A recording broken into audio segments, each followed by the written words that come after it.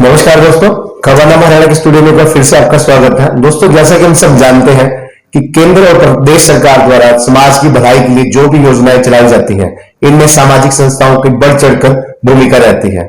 आज हमारे साथ खबरनामा स्टूडियो में एक ऐसी ही सामाजिक संस्था डोनर फाउंडेशन, उनके संरक्षक रजनीश गुप्ता जी मौजूद है। नमस्कार रजनीश जी। नमस्कार। रजनीश जी, मैं आपसे जानना चाहूंगा कि जो डोनर फाउंडेशन है, नाम के अनुरूप ही मतलब ऐसे काम कर रही है, इस संस्था को शुरू करने का विचार आपके मन में कैसे आया? डॉक्टर साहब, पहले तो मैं आपका धन्यवाद करूंगा कि आपने मुझे खबरनामा के माध्यम से अपनी संस्था के बारे में बताने का मौका दिया जी। और आपके प्रश्न के जवाब में मैं ये कहना चाहूंगा कि डोनर फाउंडेशन बनाने का मकसद मेरी पारिवारिक और मेरे कुछ मित्रों की दिमाग की उपज थी कि प्रेरणा जो है परिवार और दोस्त रहे। शुरू में बहुत पुरानी बात है, 20 साल से भी ज्यादा हो गए। हम जब जवानी की उम्र में थे तो हमने एक ब्लड डोनेशन, रक्तदान के क्षेत्र में काम करने की इच्छा जताई दोस्तों ने। तो हमने उस वक्त रक्तदान के लिए एक इमरजेंसी ब्लड डोनर्स ग्रुप बनाया जिसमें हमारे करीबन 40 से ज्यादा मित्र थे। उस इमरजेंसी ब्लड डोनर्स में मैंने भी बहुत बार रक्तदान दिया और हमारे जितने भी और सदस्य थे उन्होंने भी इस मौके पे जब भी कहीं जरूरत पड़ती थी। उस वक्त बहुत पुराना टाइम था, तो देखिए आने वाले डोनर फाउंडेशन 20 साल से हम मान के चलो। हाँ, 20 साल से ज्यादा हो गए हमें डोनर फाउंडेशन के माध्यम से काम करते हुए। और तब हम बस से, बाइक से बहुत दूर दूर जाकर के, जहां से भी हमें ब्लड की रिक्वायरमेंट आती थी, हमारे सदस्य वहां पे जाते रक्तदान करने अपनी कॉस्ट पे जाते थे, अपने खर्चे पे जाकर के वहां यूनिट ब्लड दे करके फिर वापस आते थे। और इसका हम कोई भी खर्चा जिसकी भी रिक्वायरमेंट होती थी उससे कुछ नहीं लेते थे। मतलब निःशुल्क रक्तदान, वो भी इमरजेंसी डोनर्स के तौर पर। तो रक्तदान के क्षेत्र में डोनर फाउंडेशन का क्या योगदान रहा है? रक्तदान के क्षेत्र में तो डोनर फाउंडेशन का योगदान जो रहा है वो यही रहा कि हम इमरजेंसी ब्लड डोनेशन की रिक्वायरमेंट रहती है, उस पर काम किया। फिर हमने कुछ छोटे छोटे कैंप भी लगाए, पर उस वक्त बहुत सारी सुविधाएं नहीं होती थी ब्लड लेने के लिए, रिजर्व करने के लिए, और इतनी सुविधाएं लोकल हॉस्पिटल में नहीं होती थी, जैसा पॉसिबल नहीं होता था। जैसा आज तो हम लोकल हॉस्पिटल में भी जा करके टीम खुद पहुंच जाती है। तो उस क्षेत्र में हमने फिर उस वक्त ऐसा किया कि जैसे हम ब्लड देने जाते थे तो हमें ये महसूस होता था कि एक बेटर डाइट जो है ब्लड देने के बाद हमें नहीं मिलता। फिर हमने इस तरह का योगदान शुरू किया कि हम जहां भी ब्लड डोनेशन कैंप जोड़ते थे या कोई ब्लड डोनर हमें मिल जाता था तो हमने एक किट बनाई हुई थी जो कि एक अच्छा हेल्दी डाइट होती थी। जो भी कैंडिडेट ब्लड डोनेट करता था हम उसको वो प्रोवाइड करवाते, रक्तदान के बाद उसको एक अच्छी डाइट, ताकि उसमें जो कमजोरी महसूस पूर्ति कर सके। और उसके अलावा हम फिर अवेयरनेस पे भी बहुत काम करते रहे। हमने अंगदान के क्षेत्र में, नेत्रदान के क्षेत्र में भी हमने बहुत काम किया। और इस पे इनिशियली तो हमने अवेयरनेस से शुरू किया। जैसे कि मुझे देखने में आ रहा है कि रक्तदान के प्रति तो लोगों में बड़ी जागरूकता है। ऐसे भी असंख्य लोग हैं जो 3 माह पूरे होते हैं रक्तदान करने के लिए, खुद ही चले जाते हैं, रक्तदान करते हैं। और जो भी रक्तदान लगते हैं, शिविर लगते हैं, उसमें लोग बढ़ चढ़ कर भाग लेते हैं। लेकिन कहीं ना कहीं समाज में अभी भी नेत्रदान और अंगदान को लेकर जागरूकता का अभाव है। नेत्रदान और अंगदान को लेकर के मैं आपको बताऊं राजेश जी कि लोगों में इस तरह की भ्रांतियां भी सुनने में आई। हमें जैसे लोगों ने ग्रामीण क्षेत्र में और क्षेत्रों में हम बताया कि इस जन्म में आपने नेत्रदान कर दिया तो अगले जन्म में आप अंधे हो जाओगे, इस जन्म में कोई अंगदान कर दिया तो अगले जन्म में। जागरूकता का अभाव ही। तो हमने उस जागरूकता पे बहुत काम किया, लोगों को बड़ा इस बारे में जागरूक किया कि नेत्रदान करना एक बहुत बड़ा पुण्य है। जिस शरीर से आपने सारी जिंदगी देखा है, संसार को देखा, जाने के बाद भी आपके जीवन को अमर करने का इससे बड़ा माध्यम कोई माध्यम नहीं। इंसान के इस दुनिया से विदा होने के बावजूद इंसान के इस दुनिया उसी की आंखों से दुनिया, उसकी आंखों से जब दुनिया देखती है दूसरा व्यक्ति, तो उसके जाने के बाद उसके परिवार को कितनी संतुष्टि मिलती है। और वो बड़ी खुशी खुशी से जब हमने इस तरह की बातें लोगों को बताई तो लोगों को समझ में आई, लोगों में जागरूकता आई। और सैकड़ों लोगों ने हमारी इस जागरूकता के माध्यम से फिर नेत्रदान का जी, अब माध्यम बनाया। ये तो समाज में देखने में आ रहा है कि नेत्रदान के प्रति लोगों में जागरूकता आई है। फिर और अंगदान के क्षेत्र में, अंगदान के क्षेत्र में क्योंकि बड़ा एक टिपिकल सा विषय है। सरकारी आधिकारिक तौर पे इस तरह की प्रेरणा देना या किसी को तैयार करना जी बहुत आसान नहीं था, जी क्योंकि इसमें कुछ आधिकारिक तौर पे भी कुछ भ्रांतियां थी कि ये ठीक है कि नहीं ठीक है। अंगदान आप करते हैं, आपने अंगदान कर दिया जी और आगे किसी और ने उस अंग के पैसे ले लिए, जी, हाँ तो जी, ये जिस भी। वजह से इस क्षेत्र में काम करना बड़ा मुश्किल था। पर फिर भी मैं यदि याद करूं तो मैंने कम से कम 60 से 65 लोगों को इस बात के लिए प्रेरित किया। और अब मैं जब टीवी पे देखता हूं बहुत सारे चैनल जी अंगदान के क्षेत्र में अवेयरनेस प्रोग्राम जी, चलाते हैं, तो जी। मुझे बड़ी खुशी होती है कि जिस काम के बारे में मैंने 18 साल पहले सोचा आज वो आज साकार रूप एक ले चुका साकार है। रूप ले चुका है। मुझे बड़ी खुशी मिलती है इस बात से।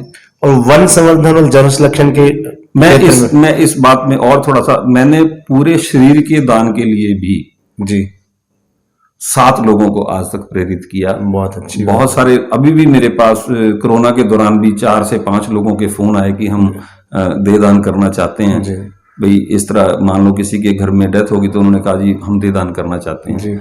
तो मैंने कहा भी अभी कोरोना के टाइम पे दे दान हाँ, करना पीरियड possible ऐसा नहीं है, था, जी, कुछ जी, इस जी। वक्त पॉसिबल नहीं था, क्योंकि प्री डेथ मतलब ओवरऑल ये कि जो आपकी एक मेहनत थी, जो आपकी सोच थी, वो साकार रूप ले चुकी साकार है। रूप लेके लोग इस क्षेत्र में बढ़कर आगे आने लगे जाए। जी, जी, जो जी। जागरूकता की कमी थी वो जागरूकता अब आ चुकी है, आ लोगों चुकी में। है। ये कह सकते और हैं। इस बात का हमें बड़ा मतलब हमें बड़ा गर्व है जी हमारी संस्था के ऊपर। जैसे रजनीश जी, डोनर फाउंडेशन जो है जल संरक्षण के क्षेत्र में भी, वन संरक्षण के क्षेत्र में भी कार्य कर रही है। इसके बहुत बारे में थोड़ा अच्छा जानकारी देंगे? प्रश्न किया डॉक्टर साहब जी, आपने। जी। जल संरक्षण और वन संवर्धन की बात, क्योंकि इस समय दो मुख्य मुद्दे हैं। हाँ, जल संरक्षण और वन संवर्धन की बात भी मैंने आज से 9 वर्ष पहले जी शुरू की थी। तब तक सरकारी एजेंसियां इस पे बहुत ज्यादा सरकारी काम नहीं कर रही थी। अभी और क्योंकि ना ही- हमारा अभी कुछ वर्षों से जल जल है तो कल है। हाँ, और मैंने जब 9 साल पहले इसके काम शुरू किया जी तो मैं बताऊं आपको, 15 साल पहले मैंने खुद अपना मकान बनाया था। तो मैंने उस मकान का रेन वाटर जी वाटर रिहार्वेस्टिंग के माध्यम से पूरा जमीन में 90 फुट का बोर करा करके बहुत अच्छी बात। और उसको जल को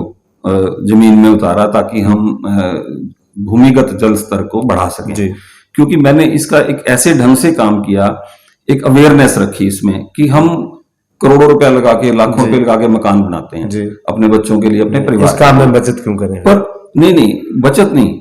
यदि मैं मकान आज अक्सर लोग अपने बचत बच्चों करते हैं को ना। दे रहा हूं, यदि कल को उन बच्चों के पास पीने को पानी नहीं होगा तो उस मकान में रहेगा कौन? रहेगा कौन? ठीक है। और वन संवर्धन की बात यदि मैं करूं तो मैंने उसको इस लॉजिक से जोड़ा कि जब पर्यावरण और वातावरण शुद्ध नहीं मिलेगा जी तो हम उस मकान में रहने वाले बच्चों क्या को करें? एक अच्छा स्वच्छ जलवायु कैसे दे पाएंगे। जी इस बात को लेकर के जब ये बात मेरे दिमाग में आई तो मैंने जल संरक्षण और वन संवर्धन की बात करी। जल संरक्षण के तौर पे तो मैंने ये कहा भी जब भी कोई नया मकान बनाए तो शुरू में हमने नए मकान से ही जोड़ा इसको कि वो एक 8-10 हजार रुपए का खर्चा था कि पूरा रेन वाटर और आपका जो घर के लॉन का पानी और ग्राउंड वाटर को बढ़ाने के लिए एक बोर करवाए एक्स्ट्रा। और उस बोर पे 10,000 रुपए का खर्च होता था। भी आप 50 लाख रुपए मकान पे बना रहे हो, 10,000 में बिगड़ता क्या है? और आपका रेन वाटर जो है वो सारा जमीन में चला जाएगा, नहीं तो वो गटर के माध्यम से, सीवरेज के माध्यम से सारा पानी बेकार हो जाता था। और हमें जब पानी की किल्लत झेलनी पड़ी तो उसका बड़ा एक अच्छा रिजल्ट आया। सैकड़ों लोगों ने इस बात को अडॉप्ट भी किया। फिर बाद में तो सरकारी एजेंसियों ने भी इस पे काम किया।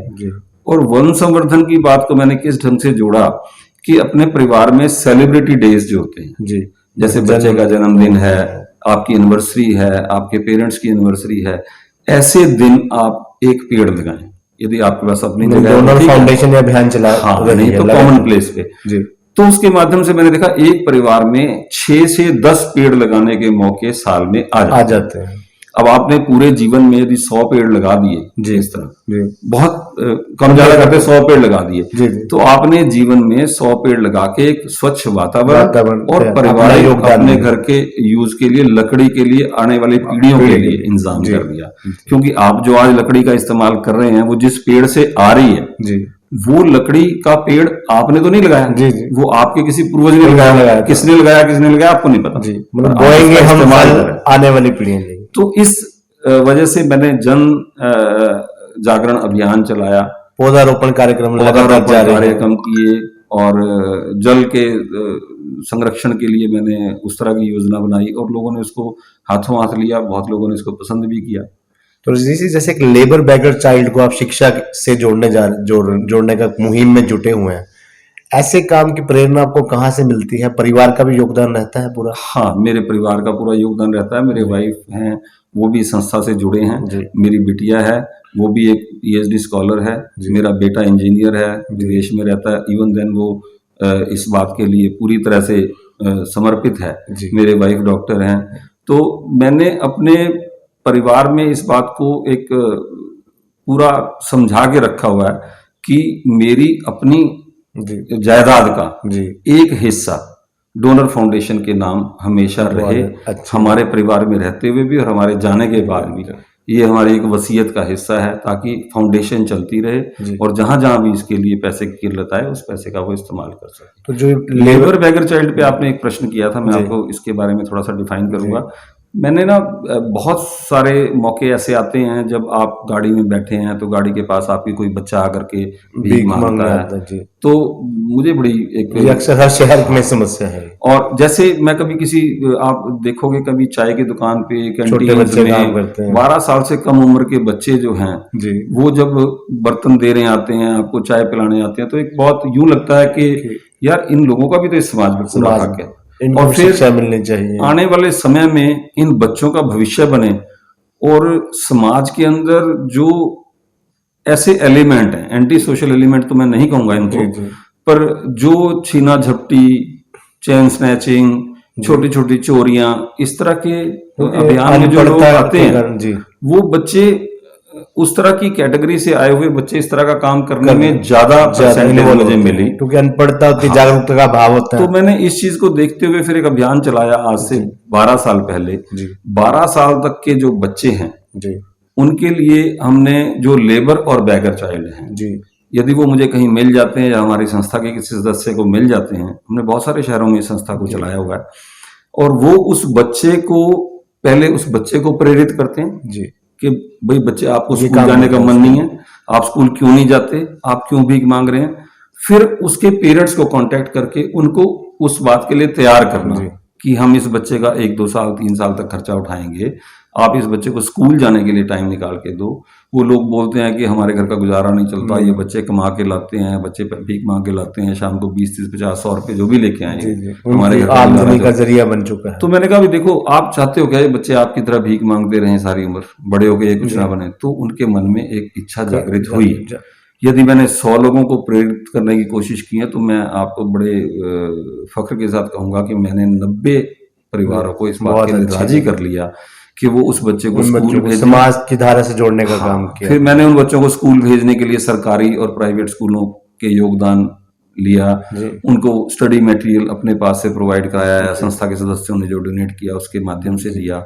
तो इस तरह मैं कहूंगा बहुत सारे बच्चों का, जैसे ट्रेन में इधर उधर मुझे बहुत बच्चे मिल जाते हैं, मेरे पास जहाँ स्पेयर टाइम होता है मैं 10-15 मिनट उन बच्चों के ऊपर लगाता रहता हूँ, समय बेसमय, जब भी मेरे पास जितनी मर्जी जल्दी हो मुझे, पर मुझे ऐसा कोई मौका मिलता है तो मैं उसमें ये एक अपनी जिम्मेदारी समझ के कोशिश करता हूँ और एक अच्छे रिजल्ट मिले। और मैं अपील भी करता हूँ मेरे सभी दर्शकों को, खबरनामा के दर्शकों को, कि इस मुहिम में वो बढ़ चढ़कर हिस्सा लेते रहे, वो हमारे सदस्य हैं या नहीं है, ये हमारा समाज का हिस्सा अवेयरनेस प्रोग्राम है।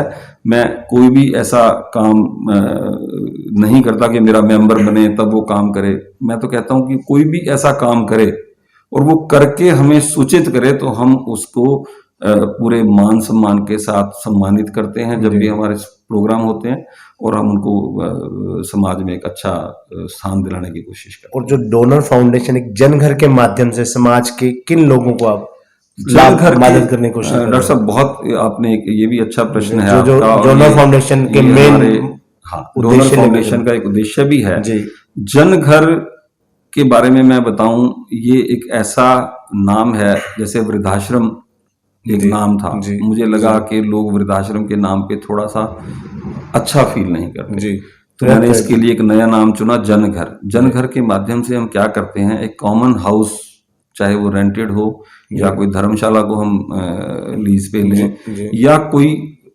व्यक्ति अपना घर हमें प्रोवाइड करे, या कहीं पे जगह मिले हम भवन भी वहां पे बना सकते हैं। उस भवन में हम 60 साल से ऊपर के उपेक्षित जो जोड़े हैं, या सिंगल हैं या हस्बैंड वाइफ है, उनको हम वहां पे रहने के लायक सुविधाएं प्रोवाइड करते हैं। चाहे वो अपने घर में भी रहें, घर से कभी कभार आते रहें, कभी हफ्ता हमारे पास रहें, जरूरतों को पूरा करने में सहयोग वो बोर फील ना करें, परेशान फील ना हो। क्योंकि आजकल बहुत सारे परिवार, बड़े बड़े परिवार ऐसे हैं जिनके बच्चे विदेशों में चले गए हैं या कहीं नौकरी की वजह से दूर रहते हैं, और पेरेंट्स को वो साथ या तो रह नहीं सकते वो पेरेंट्स उनके साथ, या वो रख नहीं सकते, तो वो पेरेंट्स फ्रस्ट्रेटेड हो जाते हैं बच्चों के साथ के बिना। तो हमने एक जनघर का ऐसा प्रोविजन किया जिसमें उन बुजुर्गों के रहने के लिए स्थान बनाया, कमरे, ये वो जो भी पूरी सुख सुविधाओं के साथ। और जो हमारे वो 12 साल तक के बच्चे हैं, लेबर बैगर चाइल्ड, जिनके पास अपना घर नहीं है, जो बेघर हैं, उन बच्चों को भी उसी कंपाउंड में रखने का प्रोविजन किया। उससे क्या हुआ कि खाने वाने का इंतजाम तो कंट्रीब्यूटरी हो जाता है, क्योंकि जो ऐसे अच्छे परिवार के कपल्स हैं, बुजुर्ग, उनके पास अपने रिसोर्सेज होते हैं, वो पैसा भी दे सकते हैं। कोई पेंशनर है, किसी को सरकारी पेंशन मिलती है, किसी को सोशल सिक्योरिटी, अटेंशन चाहते हैं, वो अटेंशन चाहते हैं। और हमारा वो माध्यम क्या है कि उन बुजुर्गों को बच्चों का प्यार मिल जाता है, जो 12 साल तक के हमारे छोटे बच्चे वहां पे रहते हैं, और उन बच्चों को उन बुजुर्गों का अनुभव मिलता है, उनको एक पिता तुल्य, अलग अलग पीढ़ियां, दादा तुल्य, उनको प्यार मिलता है। दोनों का मकसद उसमें सॉल्व हो जाता है, जिससे उन दोनों को रहने के लिए एक अच्छा माहौल मिल जाए। हम उसका पूरा मेडिकल सर्विसेज का, भोजन का, खाने पीने का पूरा उसका ध्यान रखते हैं।